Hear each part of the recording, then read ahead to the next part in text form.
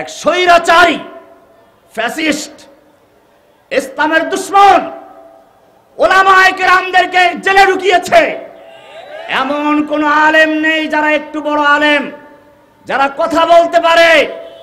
সেই আল্লামা আজিজুল হক সাহেব থেকে শুরু করে আমাদের পর্যন্ত যুগে যুগে সে কারাগার বন্দী করে ভরপুর করেছে আলেমদেরকে দিয়ে। বিগত সরকার এদেশে যারা কোরআন হাদিসের কথা বলে, সাইদি সাহেব বলেন, জসিমুদ্দিন রহমানি বলেন, মামুনুল হক সাহেব বলেন, সাখাওয়াত হোসেন রাজি বলেন, মনির হোসেন কাসিমি বলেন, গুনবি বলেন, হারুন এজাহার বলেন, রফিক মাদানি বলেন, আলী হাসান ওসামা বলেন, কাউকে ছেড়েছিল? কতজনের নাম বলবো? সারা বাংলাদেশের যেখানে যাই, যে আলেমদেরকে একটু মনে হয় কোরআন হাদিসের জ্ঞান রাখেন, কথা বলার যোগ্যতা রাখেন, প্রত্যেকটা একই কথা। আমিও জেনেছিলাম। আমাদের দেশের কাদিয়ানীদের লিডার লেডি ফ্রাউন, সেও বলেছিল পালায় না, কিন্তু শেষ পর্যন্ত খাবার রেখে সবকিছু রেখে পালিয়ে গেছে। ইহুদি খ্রিস্টানরা ইসলামকে ধ্বংস করার জন্য নানান রকম পায়তারা করেছে। ইংরেজরা এই দেশ দখল করার পরে এদেশের তাদের দালালদের কাছ থেকে রিপোর্ট চাইল, আমরা ভারতবর্ষ দখল করেছি, বলো আমরা এই দেশে স্থায়ী হতে পারি কিভাবে? ইংরেজদের দালাল আলেমরা তখন তার কাছে পরামর্শ দিল, হিন্দু নেতার আগে পরামর্শ দিল, ইংরেজদেরকে জানিয়ে দিল এই দেশে ইংরেজদের শত্রু একমাত্র শুধুমাত্র হচ্ছে মুসলমানরা। কারা? এই মুসলমান যতদিন পর্যন্ত থাকবে ততদিন পর্যন্ত ভারতবর্ষে ইংরেজদের পা জমতে পারে না, স্থায়ী হতে পারে না। এরপরে আপনারা জানেন ইংরেজরা এবারে পরিকল্পনা গ্রহণ করলো কিভাবে আলেমদেরকে হত্যা, ইসলাম ধ্বংস করা যায়। সেজন্য এক এক রাত্রে ৮০,০০০ আলেমদেরকে হত্যা করা হতো। এরপরে ওলামায়ে কেরামদেরকে শুকরের চামড়ার ভিতরে ঢুকিয়ে ঘোড়ার পায়ের সঙ্গে বেঁধে তারপরে দৌড়ানো হতো, চরম নির্যাতনকে হত্যা করা হতো। ডক্টর টমসন একজন ইংরেজ দার্শনিক লিখেছেন, আমার সৃষ্টিকর্তার কসম, দিল্লির চাঁদনি চক থেকে নিয়ে খয়বর পর্যন্ত রাস্তার দুপাশে এমন কোন গাছ ছিল না যেই গাছের প্রত্যেকটা ডালে ডালে এক একজন আলেমকে ফাঁসিতে ঝুলানো না হয়েছে। ওলামায়ে কেরামদেরকে হত্যা করা হলো, বহু আলেমদেরকে আন্দামান দ্বীপে নির্বাসনে পাঠানো হলো। এলমুসিগা যারা পড়েছেন তারা জানেন, খুতবার ভিতরে লেখা আছে, বরুদে হাকির দরা জাজিরা আজ নারঙ্গ তাকদির বৌদাস্ত। এটা উনি ওইখানে বসে লিখেছিলেন। ইংরেজরা এরকম আলেমদের হত্যা করলো, মাদ্রাসা বন্ধ করলো। দিল্লি শহরে, শুধু দিল্লি শহরে ৮০,০০০ মাদ্রাসা ছিল, সব মাদ্রাসাগুলোকে আগুনে পুড়িয়ে দেওয়া হয়েছিল। মসজিদগুলোকে ঘোড়া রাস্তা বানানো হলো। এরপরও আন্দোলন থামে নাই। আপনারা দেখেন নাই ৯০ ইংরেজ এই দেশের আলেমদেরকে জেলখানা ঢুকিয়েছিল, আন্দোলন কি থেমে গিয়েছিল? আলেমদেরকে যত বেশি কারাগারে ঢুকিয়েছে, এদেশে যেমন অগ্নি যেমন ভাবে কি হয়েছিল আন্দোলন এদেশে দাবানল চলে উঠেছিল, ঠিক ইংরেজদের বিরুদ্ধে সেরকম আন্দোলন চলতে শুরু করলো। এবার ইংরেজরা আবার পরামর্শে বসলো, দালালদেরকে ডাকলো। কিছু আলেম থাকে না দালাল, শুধু হিন্দুরা না, আলেম দালালও কিছু ছিল, তাদেরকেও ডাকা হলো। ডেকে বলা হলো, তোমাদের পরামর্শে আলেমদেরকে হত্যা করেছি, তোমাদের পরামর্শে মাদ্রাসা বন্ধ করেছি, তোমাদের পরামর্শে মসজিদ ধ্বংস করেছি, কিন্তু ইংরেজ বিরোধী আন্দোলন তো আরো দাবা দলের মতো জ্বলে উঠছে। তখন ইংরেজদের দালালরা বলল, দেখো তোমরা যে মাদ্রাসা পুড়িয়েছো এটা ইটের মাদ্রাসা, কাঠের মাদ্রাসা, যেই মসজিদ বন্ধ করেছো ওগুলো সব ইটের আর কাঠের মাদ্রাসা, কিন্তু ওই যে মক্তবের ছোট ছোট বাচ্চারা আছে, প্রত্যেকটা বাচ্চার বুকের ভিতরে ৩০ পারা কোরআন সংরক্ষিত আছে। ইউরিদুনা লিইউতফিউ নূরাল্লাহি বিআফওয়াহিহিম ওয়াল্লাহু মুতিম্মু নূরিহি ওয়ালাউ কারিহাল কাফিরুন। কাফিররা চায় আল্লাহর নূরকে ফু দিয়ে নিভিয়ে দিতে, কিন্তু তা পারবে? কোরআনের হেফাজত করবেন কে? কোরআন হেফাজত করবেন কে? আল্লাহ রাব্বুল আলামিন জানিয়ে দিলেন, ইন্না নাহনু নাযালনা যিকরা ওয়া ইন্না লাহু লাহাফিজুন। আমি কোরআন নাজিল করেছি, হেফাজত করার দায়িত্ব আমার নিজের। ইংরেজরা আলেমদের হত্যা করলো, মাদ্রাসা বন্ধ করলো, মসজিদ বন্ধ করলো, কোনো কিছুরই কাজ হলো না। আরো আন্দোলন দাবা দলে মতো জ্বলে উঠলো। এবারে ইংরেজরা পরিকল্পনা করলো, দালালদেরকে জিজ্ঞেস করলো কি করা যায়।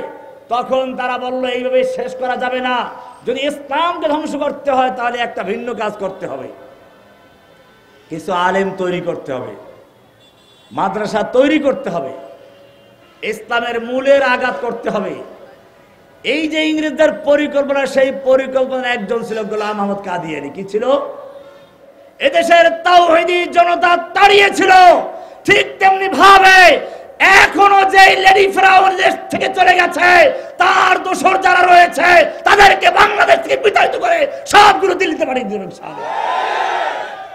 কোরআন পরিষ্কার বলেছে, ওয়া হাল্লাল্লাহুল বাই'a ওয়া হাররামার রিবা।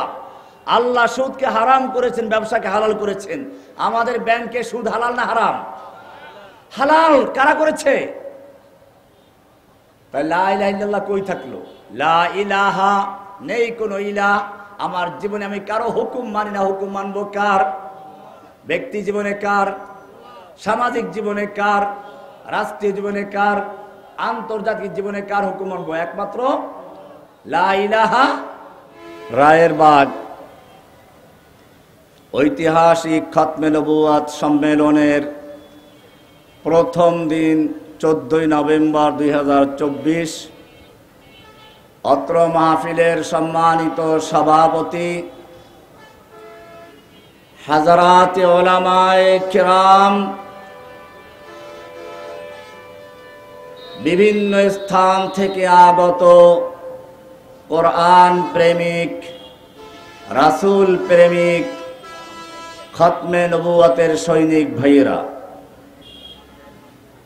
আল্লাহ সুবহানাহু ওয়া তাআলার মহান দরবারে শুকরিয়া জ্ঞাপন করছি, যিনি আমাকে আপনাদের সামনে কিছু কথা বলার জন্য আসার তৌফিক এনায়েত করেছেন। এজন্য বলি আলহামদুলিল্লাহ। আমি উমরার সফরে ছিলাম, আসার কথা ছিল আরো কয়েকদিন পরে, কিন্তু এই মাহফিলের কারণে আমাকে সংক্ষিপ্ত করে আসতে হয়েছে। গত রাত্রে এমন সময় আমরা ছিলাম বিমানে, আল্লাহর নবীর রওজা জিয়ারত করে কবিতাগুলো পাঠ করেছিলাম। খতমে নবুয়তের মাহফিল। আমি একটা উদাহরণ দিয়ে শুরু করব। একটা মাহফিলে পোস্টার করা হয়, পোস্টারের উপরে হেডলাইনে একজন বক্তার নাম থাকে।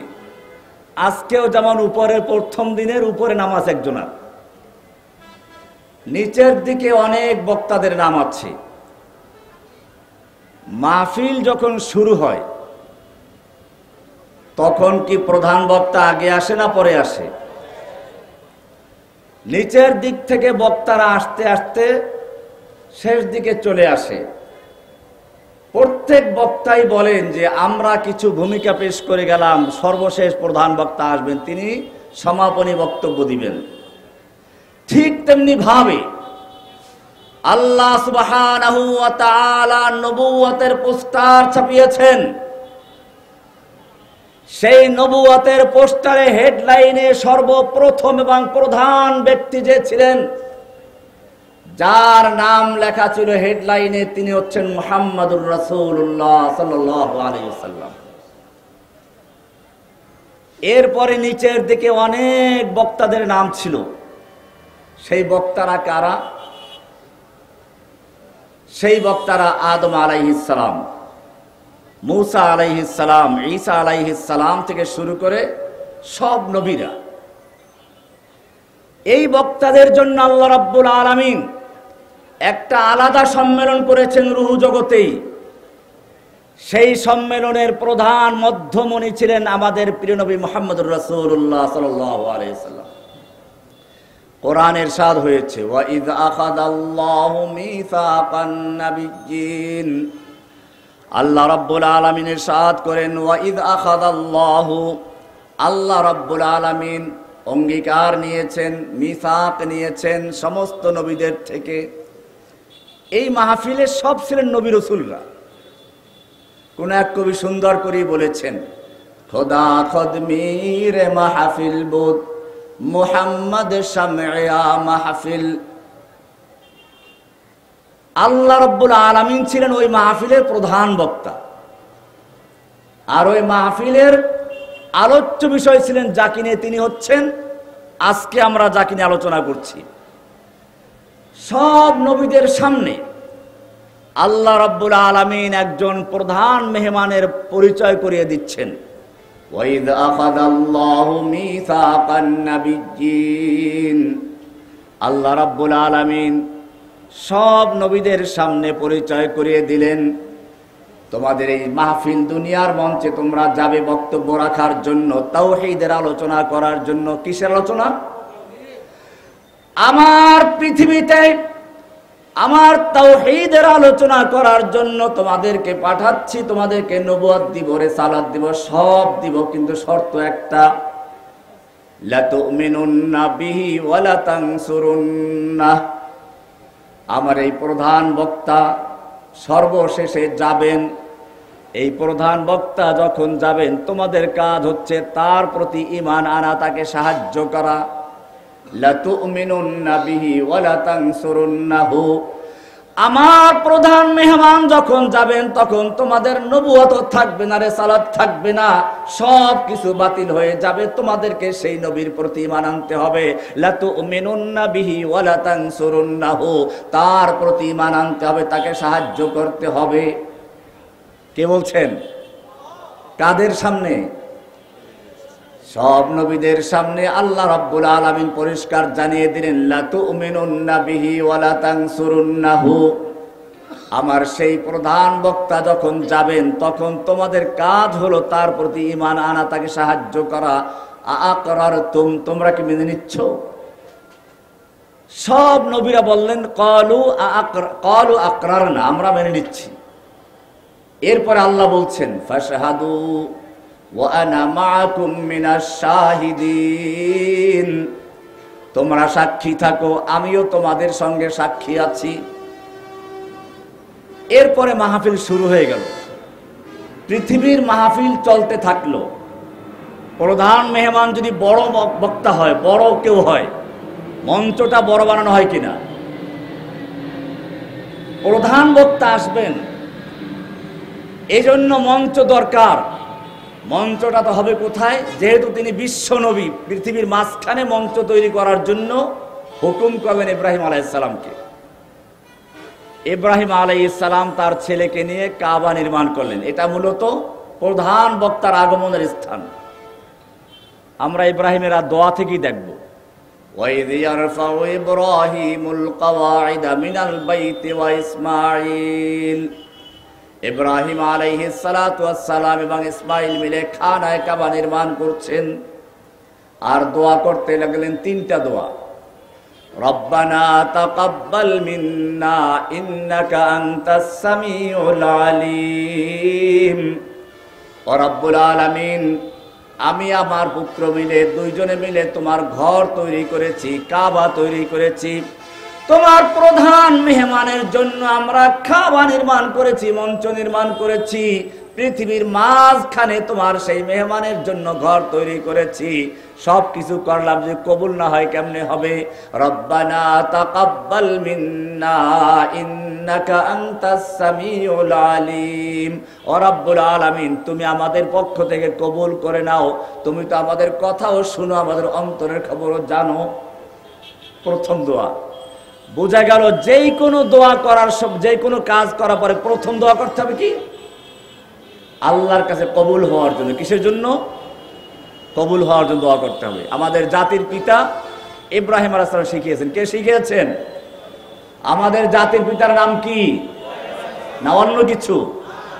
মিল্লাতা আবিকুম ইব্রাহিম, তোমাদের পিতা ইব্রাহিমের মিল্লাতের নাম কি? জাতির পিতার নাম কি? রব্বানা তাকাব্বাল মিন্না ইন্নাকা আনতাস সামিউল আলিম। ও রব্বুল আলামিন, আমি তোমার জন্য ঘর তৈরি করেছি, আমার মেহমানের জন্য মঞ্চ তৈরি করেছি, তোমার প্রধান বক্তার জন্য ঘর তৈরি করেছি, তুমি মেহেরবানি করে কবুল করে নাও। প্রথম দোয়া হলো। এবারে 2 নাম্বার দোয়া করলেন, অনেকে মসজিদ তৈরি করে, মাদ্রাসা তৈরি করে, নিজের সন্তানদেরকে পড়ায় না, নিজে নামাজ পড়ে না, কপাল পোড়া। আমাদের ইব্রাহিম আলাইহিস সালাতু ওয়াস সালাম শিখিয়ে দিলেন, 2 নাম্বার দোয়া করলেন, রব্বানা ওয়াজআলনা মুসলিমাইন লাকা ওয়া মিন যুররিয়াতিনা উম্মাতাম মুসলিমাতাল লাক। ও রব্বুল আলামিন, আমরা তোমার জন্য ঘর তৈরি করেছি, তুমি কবুলও করলে, কিন্তু আমরা যদি কবুল না হই কেমনে চলবে? আমাকে এবং আমার এই সন্তানকে তুমি সব সময়ের জন্য তোমার অনুগত মুসলিম বানিয়ে রাখো। জোরে বলুন সুবহানাল্লাহ। নিজেদের জন্য দোয়া করলেন। অনেক লোককে দেখা যায় নিজে আলেম, সন্তানকে মাদ্রাসায় পড়ায় না, মনে হয় যেন ঠকে গেছে। ইব্রাহিম আলাইহিস সালাতু ওয়াস সালাম শিখিয়ে দিলেন, রব্বানা ওয়াজআলনা মুসলিমাইন লাকা ওয়া মিন যুররিয়াতিনা উম্মাতাম মুসলিমাতাল লাক। এইবারে 3 নাম্বার দোয়া করলেন, রব্বুল আলামিন, তোমার জন্য মসজিদ তৈরি করলাম, মাদ্রাসা তৈরি করলাম, মঞ্চ তৈরি করলাম, কিন্তু ভালো বক্তা নাই, ইমাম নাই, শিক্ষক নাই, তাহলে কি করে চলবে? অনেক বড় বড় মসজিদ আছে, ইমাম সাহেবের কোনো এলেম নাই, কারণ ভালো আলেমরা ইমাম সাহেবের কমিটির কথা শুনবে না। এই কারণে মসজিদ নির্মাণ করবে কারা, তারও কিছু কোয়ালিটি আছে। সূরা তওবার 18 নম্বর আয়াত দেখবেন, ইন্নামা ইয়ামুরু মাসাজিদাল্লাহি মান আমানা বিল্লাহি ওয়াল ইয়াউমিল আখির ওয়া আকামাস সালাতা ওয়া আতাজ যাকাতা ওয়া লাম ইয়াখশা ইল্লাল্লাহ। নিশ্চয় মসজিদ তৈরি করবে ওই লোকেরা যারা আল্লাহর উপর ঈমান রাখে, মান আমানা বিল্লাহি ওয়াল ইয়াউমিল আখির, পরকালে বিশ্বাস করে, ওয়া আকামাস সালাতা, 5 ওয়াক্ত সালাত ঠিকমতো কায়েম করে, ওয়া আতাজ যাকাতা, আর ঠিকমতো যাকাত আদায় করে, ওয়া লাম ইয়াখশা ইল্লাল্লাহ, আল্লাহ ছাড়া কাউকে ভয় করে না, তারা মসজিদ তৈরি করবে।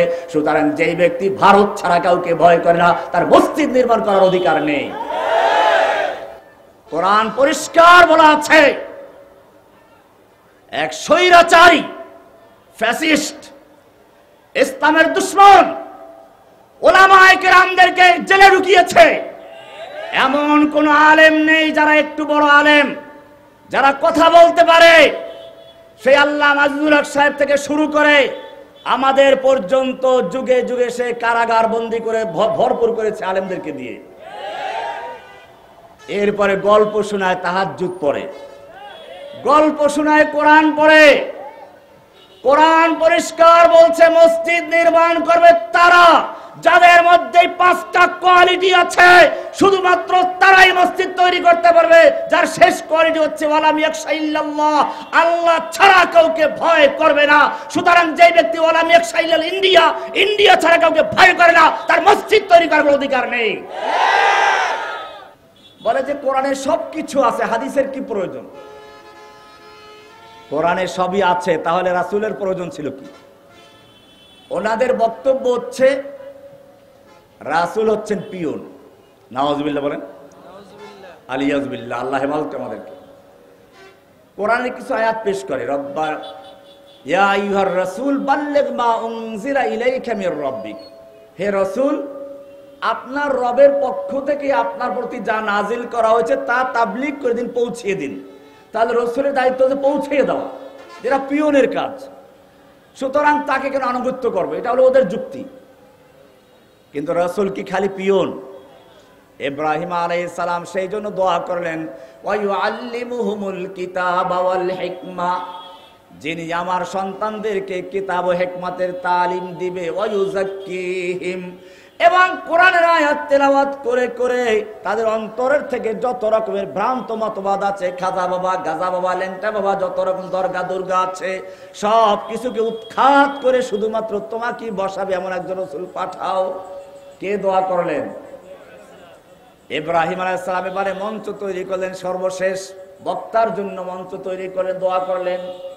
আল্লাহ রাব্বুল আলামিন উত্তর দিচ্ছেন সূরা জুমার 2 নম্বর আয়াত, হুয়াল্লাযী বাআসা ফিল উম্মিয়্যিনা রাসূলাম মিনহুম ইয়াতলু আলাইহিম আয়াতিক। আল্লাহ তাআলা বলছেন তিনি আল্লাহ যিনি তার রাসূলকে প্রেরণ করেছেন, রাসূলাম মিনহুম বাআসা ফিল উম্মিয়্যিন, যিনি উম্মিয়িনদের মধ্যে রাসূল প্রেরণ করেছেন, ইব্রাহিমের সন্তানদের মধ্যে রাসূল প্রেরণ করেছেন।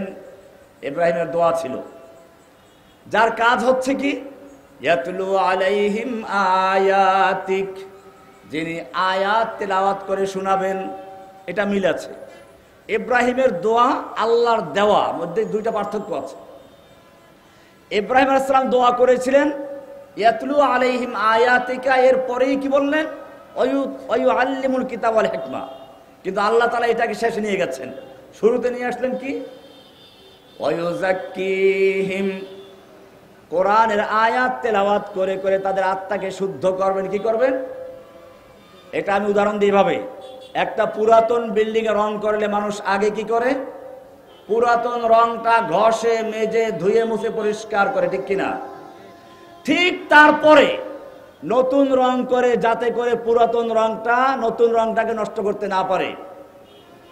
ঠিক তেমনি ভাবে আল্লাহ রাব্বুল আলামিন জানিয়ে দিলেন আমার রাসূল যে কাজটা করবেন, তিনি কোরআনের তেলাওয়াত করে প্রথমে মানুষের অন্তরের থেকে যত রকমের গায়রুল্লাহ আছে, খাজা বাবা, গাজা বাবা, ল্যাংটা বাবা, দরবেশ বাবা, চটকালা, জটওয়ালা, গেসুদারা, জুলফেদরা, শিকলওয়ালা, যত রকমের ভণ্ড আছে, আল্লাহ ছাড়া যত রকমের গায়রুল্লাহ আছে, জনক হোক শাসক হোক, সব কিছু উৎখাত করে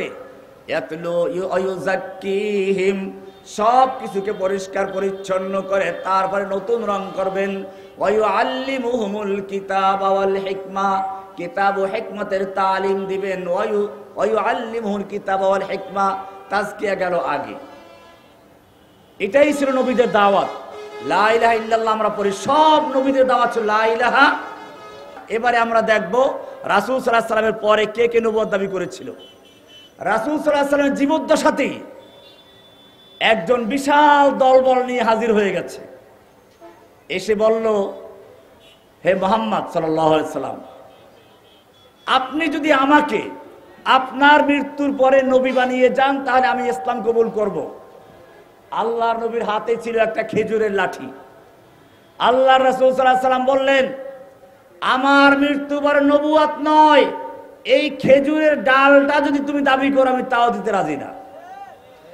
কিছুদিন পরে সে একটা চিঠি লিখলো আল্লাহর রাসূলকে উদ্দেশ্য করে, মিন মুসাইলামা রাসূলিল্লাহ ইলা মুহাম্মাদির রাসূলিল্লাহ, আল্লাহর রাসূল মুসাইলামার পক্ষ থেকে আল্লাহর রাসূল মুহাম্মাদের প্রতি। কি লিখলো? আল্লাহর রাসূল মুসাইলামার পক্ষ থেকে আল্লাহর রাসূল মুহাম্মাদের প্রতি, সালামুন আলাইক ফাইন্নী কদ উশরিকতু ফিল আমর, আমাকে আপনার সঙ্গে নবুয়তের ব্যাপারে শরীক করা হয়েছে, অংশীদার করা হয়েছে। ফানিসফুল আরদি লি ওয়া নিসফুল লিকুরাইশিন, অর্ধ জাহানের নবী আমি আর অর্ধ জাহানের নবী আপনি, কিন্তু কুরাইশরা আমার উপরে জুলুম করছে, মানে আমাকে নবী স্বীকার করছে না। এই চিঠি লিখে আল্লাহর রাসূলের কাছে পাঠালো দুইজন দূতকে দিয়ে। আল্লাহর রাসূল সাল্লাল্লাহু আলাইহি সাল্লাম জিজ্ঞেস করলেন ওই দুজনকে, তোমরা কি বিশ্বাস করো আমি আল্লাহর রাসূল? তারা বলল যে না, আমরা মনে করি মুহাম্মদ মুসাইলামা আল্লাহর রাসূল। আল্লাহর রাসূল সাল্লাল্লাহু আলাইহি সাল্লাম বললেন, পিয়নদেরকে হত্যা করা যদি আইন বহির্ভূত না হতো আমি তোমাদের হত্যা করে দিতাম। এরপরে আল্লাহর রাসূল একটা চিঠি লিখলেন, মিন মুহাম্মাদির রাসূলিল্লাহি ইলা মুসাইলামাতাল কাজ্জাব, আল্লাহর রাসূল মুহাম্মাদের পক্ষ থেকে মিথ্যাবাদী মুসাইলামার প্রতি, সালামুন আলা মানিত্তাবাল হুদা, সালাম ওই ব্যক্তির জন্য যে হেদায়েত অনুসরণ করেছে। এরপরে লিখলেন, ইন্নাল আরদা কুল্লাহা লিল্লাহ, গোটা পৃথিবীর মালিক আল্লাহ, ইউরিসুহা মাইয়াশা, আল্লাহ যাকে ইচ্ছা তাকে নেতৃত্ব দান করেন। তোকে আমি বলবো ইসলামের জন্য ইসলাম কবুল কর, ফিরে আসো। আল্লাহর নবীর এই চিঠি নিয়ে একজন সাহাবী চলে গেলেন। সেই সাহাবীকে মুসালামা জিজ্ঞেস করলো, আমি যে আল্লাহর রসুল এটা বিশ্বাস করো কিনা? সাহাবী বললেন, আমি সাক্ষ্য দিচ্ছি আল্লাহর রসুল মুহাম্মদ সাল্লাল্লাহু আলাইহি ওয়াসাল্লাম, তুমি না। এই লোকটা প্রথমে সেই সাহাবীর হাত কেটে ফেললো, পা কেটে ফেললো, এইভাবে তাকে অঙ্গ প্রত্যেকটা কেটে কেটে তাকে হত্যা করা হয়। আল্লাহর রাসূল সাল্লাল্লাহু আলাইহি সাল্লাম তার জন্য যুদ্ধ করার জন্য সেনাবাহিনী তৈরি করলেন, কিন্তু এর মধ্যে আল্লাহর রাসূলের ওফাত হয়ে যায়। আবু বকর রাদিয়াল্লাহু তাআলা আনহুর সময় আবার সেই বাহিনী তৈরি করলেন, যুদ্ধ করলেন এবং শেষ পর্যন্ত মুসাইলামাকে হত্যা করলেন। এখানে আমার বলার উদ্দেশ্য হচ্ছে এই, আল্লাহর নবীর কাছে যখন মুসাইলামাতুল কাজ্জাব পত্র লিখেছিল যে আমাকে আপনার সঙ্গে নবুয়তে শরীক করা হয়েছে, আল্লাহর নবী তার কাছে কোনো প্রমাণ চেয়েছিলেন? প্রমাণ চান নাই। বোঝা গেল আল্লাহর নবীর নবুয়তের পরে আর যদি কোনো ব্যক্তি নবুয়ত দাবি করে, সেই ব্যক্তির কাছে নবুয়তের প্রমাণ চাওয়া জায়েজ নাই। প্রমাণ চাও এ কথা বলা যাবে না, আসো তোমার সাথে বাহাস করি, তুমি নবী দাও, তার প্রমাণটা কি? প্রমাণ চাওয়া হয় ওইখানে যেখানে সুযোগ আছে, সুযোগ থাকে। আমাদের নবীর পরে আর কোন নবী আসার কোন সুযোগ নেই। সুযোগই যখন নেই তার প্রমাণ চাবো কিসের? এই জন্য মনে রাখতে হবে, আল্লাহর নবী সাল্লাল্লাহু আলাইহি ওয়াসাল্লামকে যখন মুসাইলামাতুল কাজ্জাব পত্র লিখেছিল, যেখানে সে বলেছিল আপনার সঙ্গে আমাকে নবুয়তের ব্যাপারে শরীক করা হয়েছে, অংশীদার করা হয়েছে, আল্লাহর নবী তার কাছে কোনো প্রমাণও চান নাই। প্রমাণ চান নাই কেন? কারণ নবী আসার কোনো সুযোগই নাই। যেখানে সুযোগ নেই সেখানে প্রমাণ চাওয়ার কোনো দরকার নেই। সুতরাং মনে রাখতে হবে, আল্লাহর নবীর মৃত্যুর পরে মুসাইলামাতুল কাজ্জাবের ব্যাপারে যেমন বিনা দলিলে সে কাফের, ঠিক তেমনি ভাবে তারপরে যত নবী দাবি এসেছে, সে হোক মুসাইলামাতুল কাজ্জাব, সে হোক গোলাম আহমদ কাদিনী, বিনা দলিলে কাফের। বিনা দলিলে। এই কাদিয়ানীকে তৈরি করেছিল কারা? ইতিহাস বলতে গেলে যেহেতু অনেক সময় হয়ে গেছে, আমি শুধু একটা কথা বলতে চাই, যুগে যুগে ইহুদি খ্রিস্টানরা ইসলামকে ধ্বংস করার জন্য নানান রকম পায়তারা করেছে। ইংরেজরা এই দেশ দখল করার পরে এদেশের তাদের দালালদের কাছ থেকে রিপোর্ট চাইল, আমরা ভারতবর্ষ দখল করেছি, বলো আমরা এই দেশে স্থায়ী হতে পারি কিভাবে? ইংরেজদের দালাল আলেমরা তখন তার কাছে পরামর্শ দিল, হিন্দু নেতারাকে পরামর্শ দিল, ইংরেজদেরকে জানিয়ে দিল এই দেশে ইংরেজদের শত্রু একমাত্র শুধুমাত্র হচ্ছে মুসলমানরা। কারা? এই মুসলমান যতদিন পর্যন্ত থাকবে ততদিন পর্যন্ত ভারতবর্ষে ইংরেজদের পা জমতে পারে না, স্থায়ী হতে পারে না। এরপরে আপনারা জানেন ইংরেজরা এবারে পরিকল্পনা গ্রহণ করলো কিভাবে আলেমদেরকে হত্যা, ইসলাম ধ্বংস করা যায়। সেজন্য এক এক রাত্রে ৮০,০০০ আলেমদেরকে হত্যা করা হতো। এরপরে ওলামায়ে কেরামদেরকে শুকরের চামড়ার ভিতরে ঢুকিয়ে ঘোড়ার পায়ের সঙ্গে বেঁধে তারপরে দৌড়ানো হতো, চরম নির্যাতনকে হত্যা করা হতো। ডক্টর টমসন একজন ইংরেজ দার্শনিক লিখেছেন, আমার সৃষ্টিকর্তার কসম, দিল্লির চাঁদনি চক থেকে নিয়ে খয়বর পর্যন্ত রাস্তার দুপাশে এমন কোন গাছ ছিল না যেই গাছের প্রত্যেকটা ডালে ডালে এক একজন আলেমকে ফাঁসিতে ঝুলানো না হয়েছে। ওলামায়ে কেরামদেরকে হত্যা করা হলো, বহু আলেমদেরকে আন্দামান দ্বীপে নির্বাসনে পাঠানো হলো। এলমুসিগা যারা পড়েছেন তারা জানেন, খুতবার ভিতরে লেখা আছে, বরুদে হাকির দরা জাজিরা আজ নারঙ্গ তাকদির বৌদাস্ত, এটা উনি ওইখানে বসে লিখেছিলেন। ইংরেজরা এরকম আলেমদের হত্যা করলো, মাদ্রাসা বন্ধ করলো। দিল্লি শহরে, শুধু দিল্লি শহরে ৮০,০০০ মাদ্রাসা ছিল, সব মাদ্রাসাগুলোকে আগুনে পুড়িয়ে দেওয়া হয়েছিল। মসজিদগুলোকে ঘোড়া রাস্তা বানানো হলো, এরপরও আন্দোলন থামে নাই। আপনারা দেখেন নাই 90 ইংরেজ এই দেশের আলেমদেরকে জেলখানা ঢুকিয়েছিল, আন্দোলন কি থেমে গিয়েছিল? আলেমদেরকে যত বেশি কারাগারে ঢুকিয়েছে, এদেশে যেমন অগ্নি যেমন ভাবে কি হয়েছিল আন্দোলন এদেশে দাবা চলে উঠেছিল, ঠিক ইংরেজদের বিরুদ্ধে সেরকম আন্দোলন চলতে শুরু করলো। এবার ইংরেজরা আবার পরামর্শে বসলো, দালালদেরকে ডাকলো। কিছু আলেম থাকে না দালাল, শুধু হিন্দুরা না, আলেম দালালও কিছু ছিল, তাদেরকেও ডাকা হলো।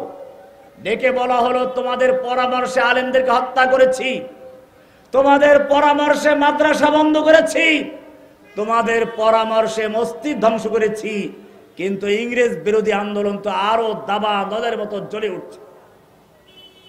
তখন ইংরেজদের দালালরা বলল, দেখো তোমরা যে মাদ্রাসা পুড়িয়েছো এটা ইটের মাদ্রাসা, কাঠের মাদ্রাসা, যে মসজিদ বন্ধ করেছো ওগুলো সব ইটের আর কাঠের মাদ্রাসা, কিন্তু ওই যে মক্তবের ছোট ছোট বাচ্চারা আছে, প্রত্যেকটা বাচ্চার বুকের ভিতরে 30 পারা কোরআন সংরক্ষিত আছে।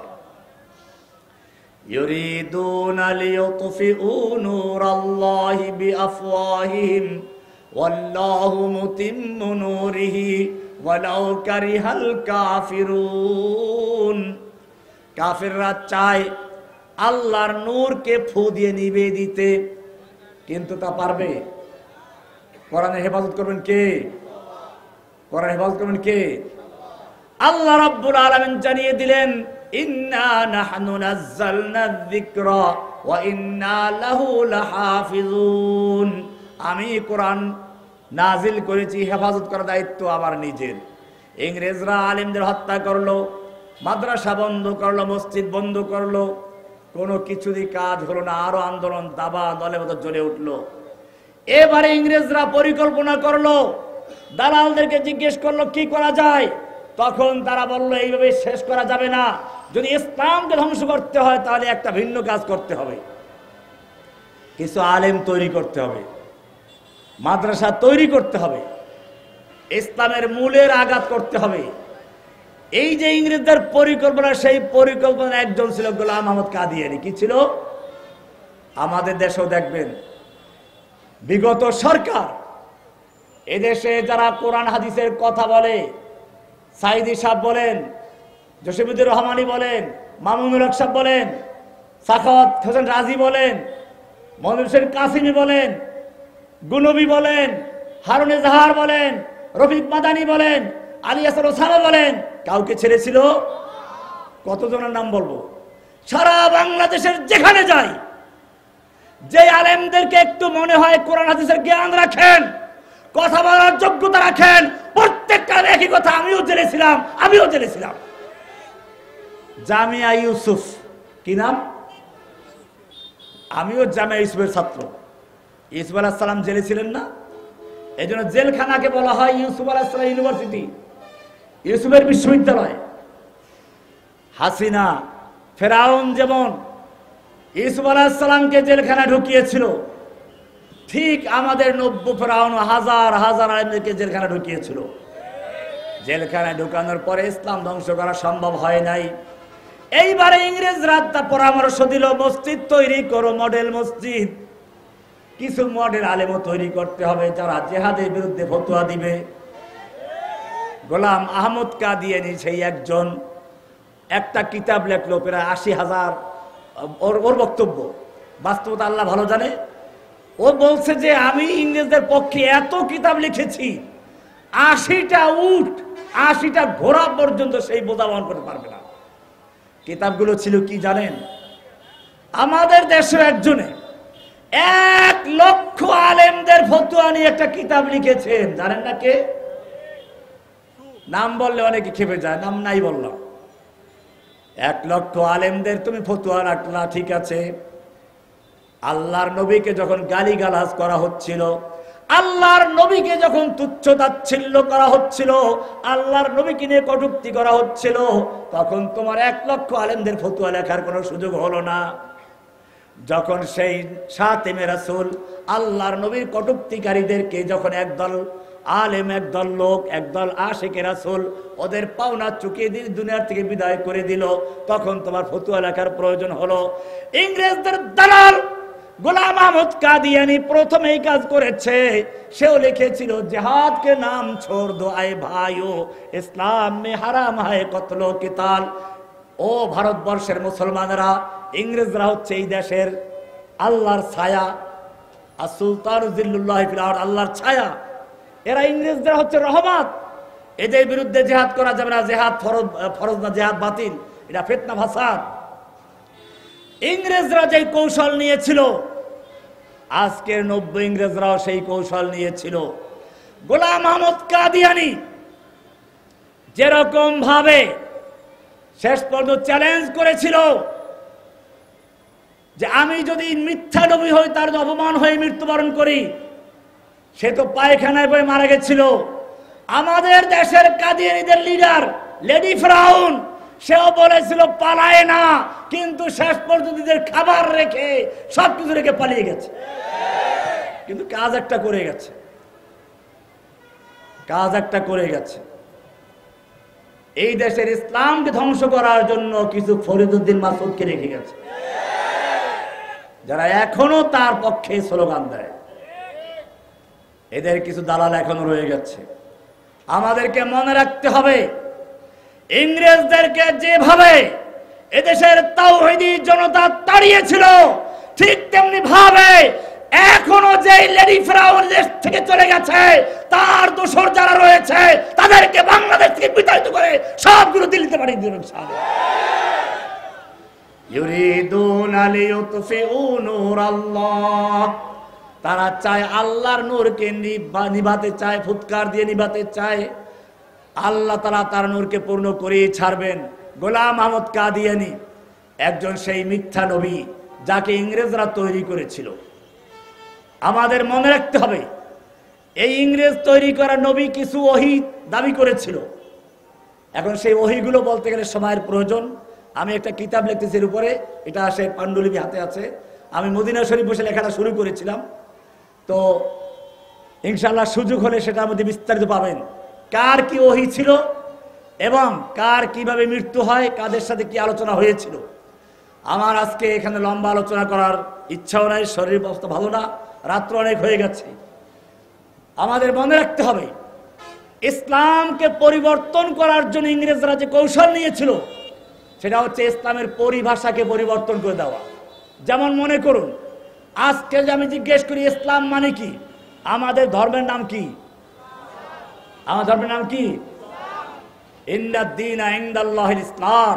আমাদেরকে আল্লাহ একটা দিন দিয়েছেন, সেই দিনের নাম কি? ইসলাম। অর্থ কি?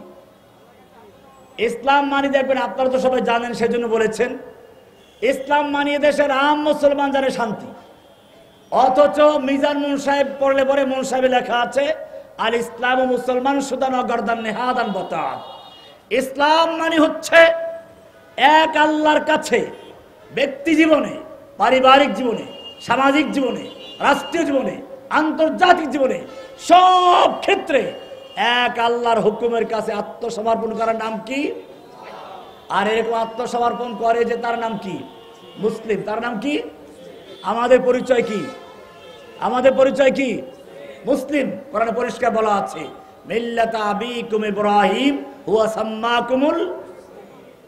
ইংরেজরা শিখালো ইসলাম মানে শান্তি, মানে তোমরা শান্তিতে ঘুমিয়ে থাকো, আমরা দেশ চালাই, আমরা তোমাদের আলেমদেরকে জেলে ঢুকাবো, আলেমদেরকে হত্যা করব, মাদ্রাসাকে বন্ধ করে দিব। আপনারা দেখেছেন বিগত সরকার স্কুলের কলেজের সিলেবাসগুলোর ভিতরে কিভাবে ইসলামের বিরুদ্ধে, ইসলাম বিরোধী সব আকীদা ঢুকিয়ে দিয়েছিল। এটা ইংরেজরা শিখিয়ে গেছে। ইংরেজদের থেকে শুরু হয়েছিল এই পরিকল্পনা, এখনো চলছে। যদি এখনো মুসলমানরা সজাগ না হয়, আজকে যদি বাংলাদেশের মুসলমান এখনো যদি সচেতন না হয়, তাহলে সেদিন বেশি দূর নয় যেদিন সেই স্পেনের মতো মুসলমানদের অবস্থা হয়ে যাবে। হায়দ্রাবাদ স্বাধীন ছিল, ভারতের হায়দ্রাবাদ স্বাধীন রাষ্ট্র ছিল, এখন কি স্বাধীন আছে? দখল করে নিয়ে গেছে। আমাদের বাংলাদেশটাকেও দখল করার জন্য পায়ে তারা চলছে। এই দেশকে স্বাধীন রাখতে হলে, এই দেশকে ভারতের আগ্রাসন থেকে মুক্ত রাখতে হলে এই দেশের মুসলমানদেরকে আবার সেই রকম তাজা হতে হবে যেভাবে সালাফরা হয়েছিলেন। আপনারা জানেন হোসাইন আহমদ মাদানী রহমতুল্লাহ আলাই দেওবন্দের ওস্তাদ এবং ছাত্রও ছিলেন। আমার দেওবন্দের একজন সাথী আছেন এখানে, শফিক সাহেব আছেন না গেছেন? ছাত্র জীবনের স্মৃতিচারণ করতেছিলেন। দেওবন্দের একজন উস্তাদ ছিলেন মাওলানা হোসাইন আহমদ মাদানী রহমতুল্লাহ আলাই।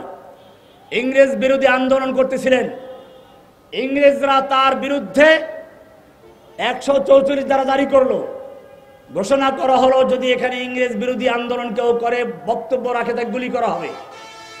মাওলানা মাদানী রহমতুল্লাহ আলাই সেখানে হাজির হলেন। প্রথমে গিয়ে বক্তব্য রাখলেন, আমি শুনেছি সাদা ভল্লুকের দল ঘোষণা করেছে ওদের বিরুদ্ধে বক্তব্য রাখলে গুলি করা হবে। আমি মাদানী হাজির হয়েছি, করো গুলি। এই বলে তিনি যখন করো গুলি বলে হুঙ্কার দিলেন, ওনার শেরওয়ানির বোতাম ছিঁড়ে গেল। ইংরেজদের দালালদের কাছে, সৈনিকদের কাছে অস্ত্র ছিল, ইতিহাস লাগে সমস্ত অস্ত্রের হাত থেকে ঝরঝর করে পড়ে গিয়েছিল। উনি 2 ঘন্টা বক্তব্য দিয়েছিলেন। 2 ঘন্টা বক্তব্য দিয়েছিলেন। শুরুটা ছিল এরকম, সাগামিরো গুরবাজিরো মোশেরা দেওয়া কুনন্দ ইচনি আরকানে দৌলত মুলকে রাভিরা কুনন্দ। কুকুর হলো বাদশাহ, কুকুর হলো প্রধানমন্ত্রী। প্রধানমন্ত্রী কে? প্রধানমন্ত্রী কি ছিল? কুকুর। অন্য মন্ত্রী হচ্ছে বিড়াল। মোশেরা দেওয়া কুনন্দ। আর এমপিরা হচ্ছে ইঁদুর। এমপিরা হচ্ছে কি? প্রধানমন্ত্রী কি? কুকুর। অন্য মন্ত্রীরা কি? বিড়াল। এরপরে এমপিরা কি? ইঁদুর পালায়। দেখেন না কিভাবে পালাইছে গর্তের ভিতরে গিয়ে। এবার কেউ কলা পাতায় গিয়ে শুয়ে থাকে জঙ্গলে। সাগামিরো গরবাজিরো মোশেরা দেওয়া কুনন্দ ইচনি আরকানে দৌলত মুলকে রাভিরা কুনন্দ। কুকুর বাদশাহ, কুকুর প্রধানমন্ত্রী, অন্য এমপিরা হচ্ছে, অন্য মন্ত্রী হচ্ছে বিড়াল, ইঁদুর হচ্ছে এমপি। যেই সংসদে এইরকম লোক থাকে সেইখানে তাদের দেশ চলতে পারে। লুটপাট করে, মারামারি করে এদেশের জনগণকে 1 লাখ নয়, 2 লাখ নয়, 1000 2000 নয়, 1 লাখ 2 লাখ নয়, 18 লক্ষ কোটি টাকা ঋণগ্রস্ত করে লক্ষ লক্ষ ডলার নিয়ে এদেশ থেকে পালিয়ে গেছে। সাগামিরো গুরবাজিরো মোশেরা দেওয়া কুনন্দ। মাওলানা মাদানী রহমতুল্লাহ আলাই 2 ঘন্টা বক্তব্য রাখলেন। ইংরেজ কমান্ডার সিপাহীদেরকে জিজ্ঞেস করলো, তোমাদের গুলির অর্ডার ছিল, কেন গুলি করো নাই? সিপাহীরা বলল, ঠিক আছে, আমরা গুলি করি নাই, ভুল করেছি। সিপাহীরা যখন ভুল করলো, অমান্য করলো, আপনি কেন গুলি করেন নাই? আপনাকে যেই শক্তি গুলি করার থেকে বারণ করেছে, বাধা দিয়েছে, আমাদেরকেও সেই শক্তি গুলি করার থেকে বাধা দিয়েছে। মনে রাখতে হবে, এখন কিছু মাদানীর শিষ্যদের দরকার। ওলামায়ে দেওবন্দ জেগেছে, ভারতবর্ষের যুগে যুগে কাজ করেছে। কোন এক কবি লিখেছেন, ওয়াকিফ তো है इस राज से ये दार रसन भी हर दौर में तकमील इमा हर दौर में तकमील वफा हमसे हुई है। যুগে যুগে যখনই বাতিল মাঠে এসেছে ওলামায়ে দেওবন্দ ঝাঁপিয়ে পড়েছে।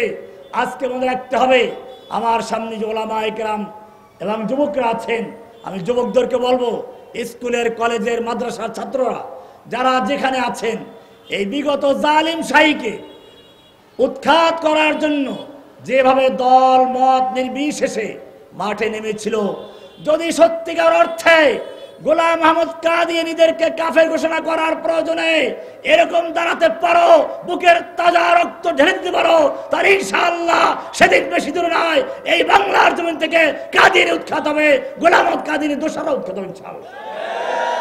নতুবা খালি দাবি জানিয়ে লাভ নাই। কার কাছে দাবি জানাবেন? কার কাছে দাবি জানাবো? দাবি জানানোর সময় নেই।